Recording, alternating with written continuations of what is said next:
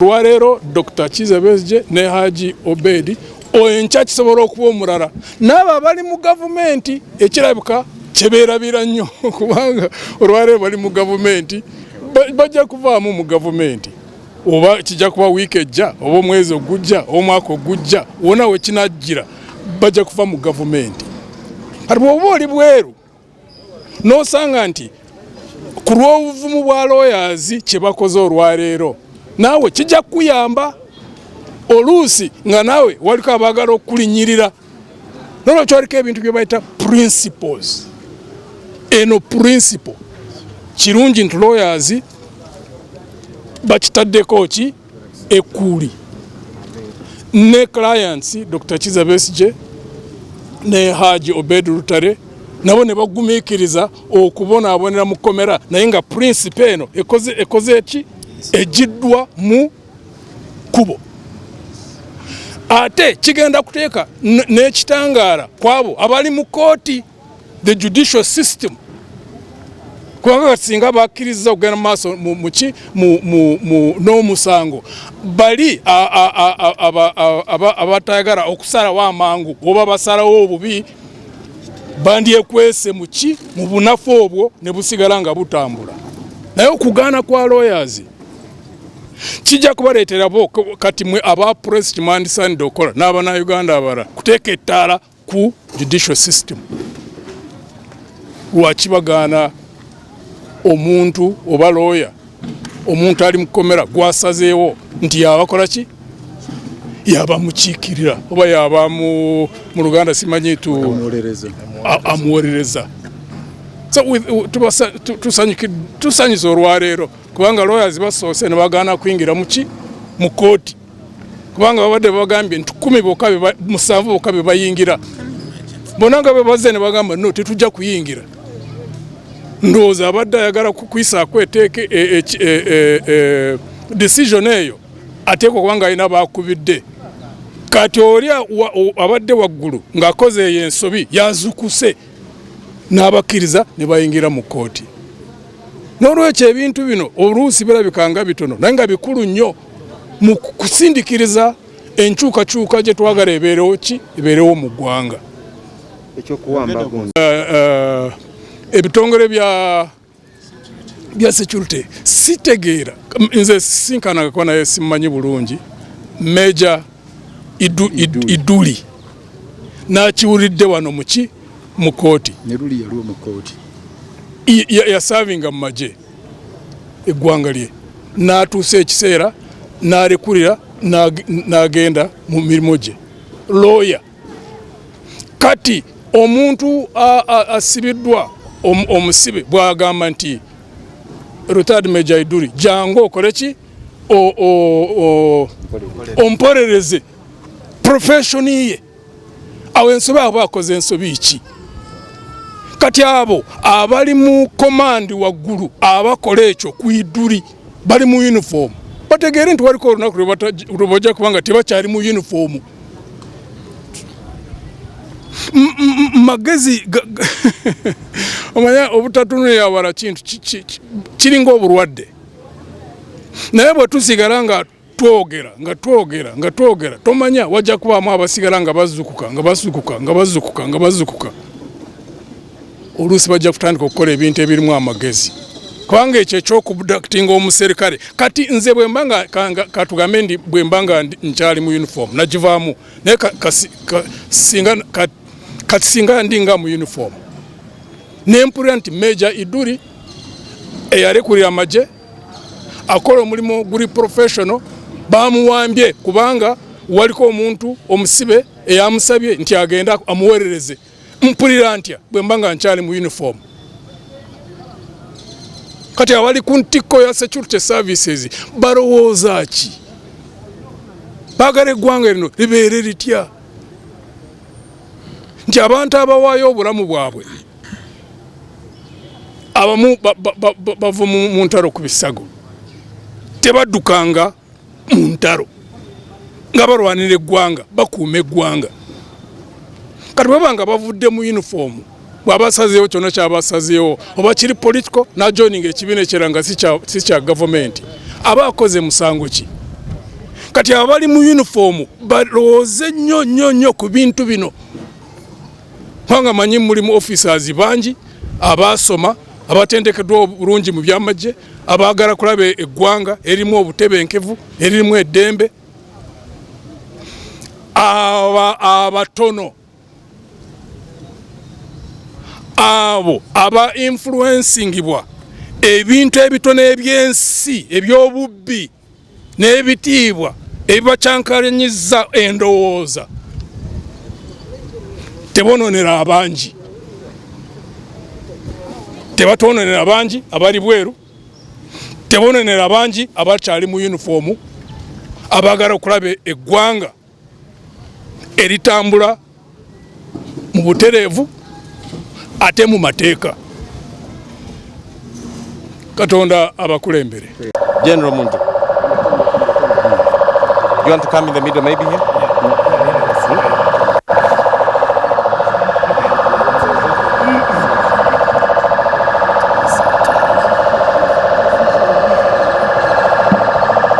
Well, let me first thank the defense for standing firm and together to ensure that our colleagues, Honorable Dr. Chiza Besigye and Haji Obed Kamrege, have their rights to choose who represents them stands. I think today the statement the defense has made is good, and all peace-loving Ugandans, all Ugandans who want to see the rule of law need to understand that 2001, when Gen.Mugisha had an electoral case in court, he was represented by Kaminwa. Kaminwa is a Kenyan. He had 100 lawyers on his team. There's precedent. 2 weeks ago, I saw a panel of leaders of East Africa, presidents. Gen.Mugisha was one of them. Integration. I saw him doing analysis of what has caused weakness on this continent, and he was referring to the chiefs of the past, which he does all the time. For East Africa to be united, for Africa to be united, leadership at the top is very, very critical. You walk the talk. You don't say all the nice things, and your actions contradict what you talk about in public. There's absolutely no reason why, when Dr. Chiza Besigye and Haji Obed Kamrege choose to have Honorable Martha Karua to be the lead counsel, and it becomes a problem. I absolutely don't see any reason why. But every cloud has a silver lining. Our colleagues now are going to be in prison maybe for the next, now by 7th of January, it could have been like 2 months. Of course, they're going through a lot of pain. The silver lining in that you stood firm, keeps on exposing this government. To masquerade in life is not good. When you are masquerading, the longer a process takes, the more your real colors come out. Because people see contradiction between theory, what you talk about, and practice, what you do. So much as the two colleagues are going to suffer, it's good that time keeps on exposing these people in government. My advice, those who are in government, many of whom are colleagues because we serve together, no government is permanent. All of them leave power at some point. So I keep repeating what I keep raising all the time. When you arrest a retired officer, Major Iduri, he served honorably in the military. He retired. He has a right to represent whoever contracts him to represent him. I would like to ask all the officers who are in uniform, including the generals at the top, what do you think? When you honorably serve, many of them have been shot at, many of them have been wounded. They have continued serving this country because many of them love to see justice, love to see peace, love to see a country which is developing. But when you have served and you have left, your own colleagues who are still in uniform come and treat you the way they treated that major with him. What does that mean to you who are still in uniform? What does that mean? That you make sacrifices for a country. That even when you get out of uniform, you have got rights like any other individual. You don't have to be on the side of the regime. You do whatever you want to do. That's the country we want to see. My advice, those who are in government, be sure that as day follows night, there's going to be a day when you want to be in those offices. I appeal to you, do things now when you are still in government that will enable you to leave uniform and offices, ministries, whatever, so that you can find a country where there is justice. Whatever you are doing, that you have got rights and freedoms that are going to be protected by the law, not by any individual. Not by any individual. We thank you, members of the press. Thank you. For the Ugandans who are terrified and they keep on withdrawing and say, oh, things are dragging on, things are dragging on. This is our country. This is our can shape the future to be as we desire it to be, is to keep firm, including those who are in government.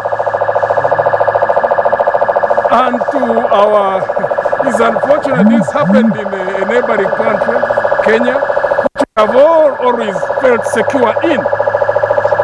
What they did now, imagine, exemplary what happened more than a senior politician was. That was the late in Nairobi. That was the second.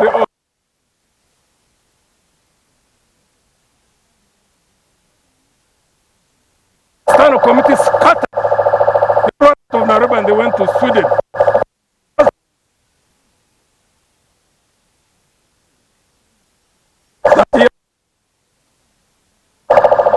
Finally, I see the law of cumulative effect unfolding.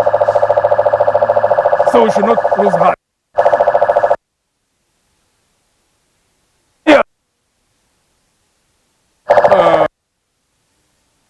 Will never get out of power. 1 week is nowhere to be seen. That's what the law of cumulative effect does. Those who are in government need to understand how it operates. Those who understand how it operates, I suspect will sober up. May God bless you all.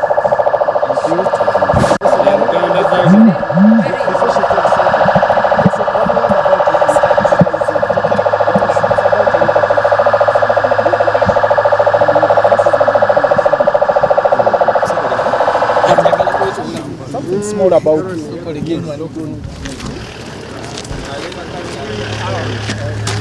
morning, as the defense team, which was burning the midnight candle to represent Rotary and VSJ, finalized plans to come here and do a robust defense work. Some criminals from UPDF abducted retired Major Ronald Iduri from his home in Werenga, and